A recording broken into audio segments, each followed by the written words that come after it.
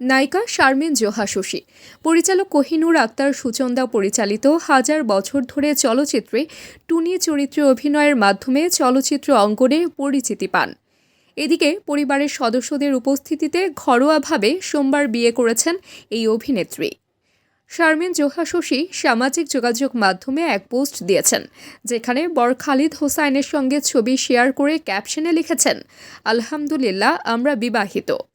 এরপর বলেন, পরিবারের সদস্যদের উপস্থিতিতে ঘরোয়াভাবে এক অনুষ্ঠানে বিয়ের মাধ্যমে জীবনের এই নতুন অধ্যায় শুরু করেছি। আপনাদের ভালোবাসা এবং প্রার্থনা আমাদের জন্য অনেক গুরুত্বপূর্ণ। আপনারা আমাদের জন্য দোয়া করবেন। পোস্টের কমেন্ট বক্সে অনেকেই শুভেচ্ছা জানিয়েছেন। অভিনেতা রওনক হাসান লিখেছেন, অভিনন্দন অভিনন্দন আমার প্রিয় দুজন, তোমাদের নতুন জীবন সুন্দর হোক, মনের মতো হোক।